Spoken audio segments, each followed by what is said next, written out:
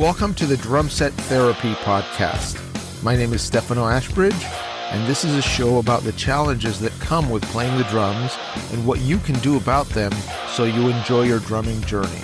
Visit drumlessonsinla.com for online and in-person drum coaching. Today I want to point out some common practice flaws that we tend to make when learning the drums. Maybe the word flaws is a little strong. I want to phrase this in a positive light, but I couldn't think of another way to say it.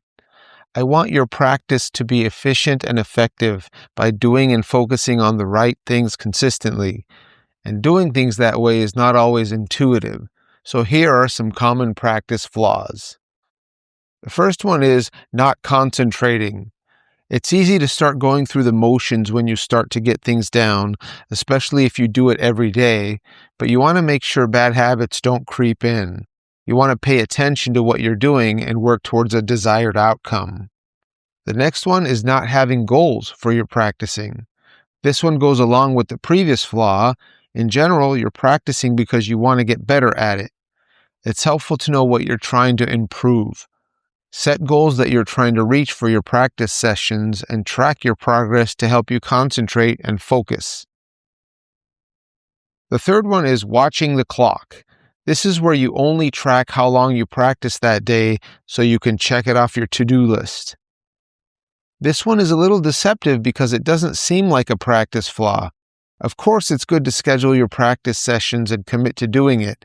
Because if you only practice when inspiration strikes or when you have the time, it's easy for other things to take over and it doesn't happen.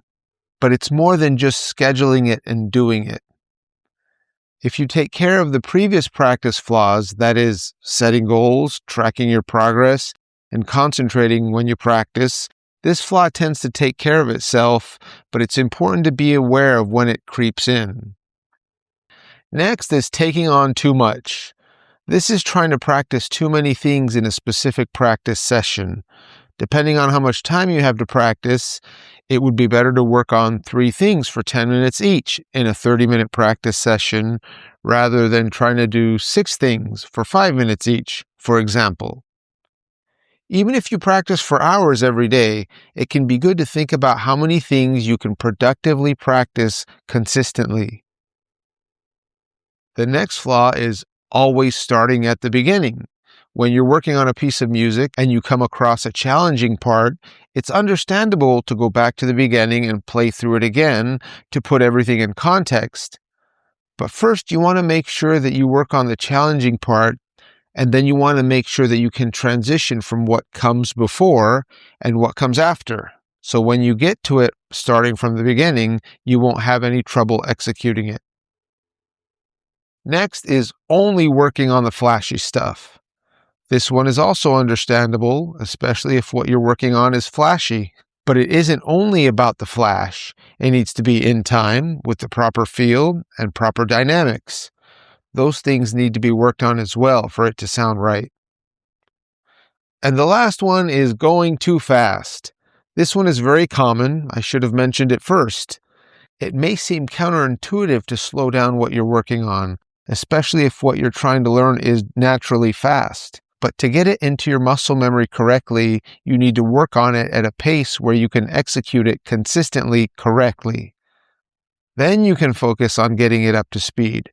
I recommend increasing the speed in small increments for the purpose of having steady time in a variety of tempos and because the motions and techniques to play these things can change as you get faster.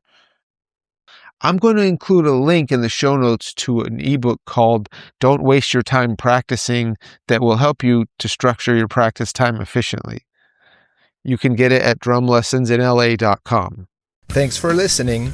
Visit drumlessonsinla.com for online and in-person drum coaching. Till next time.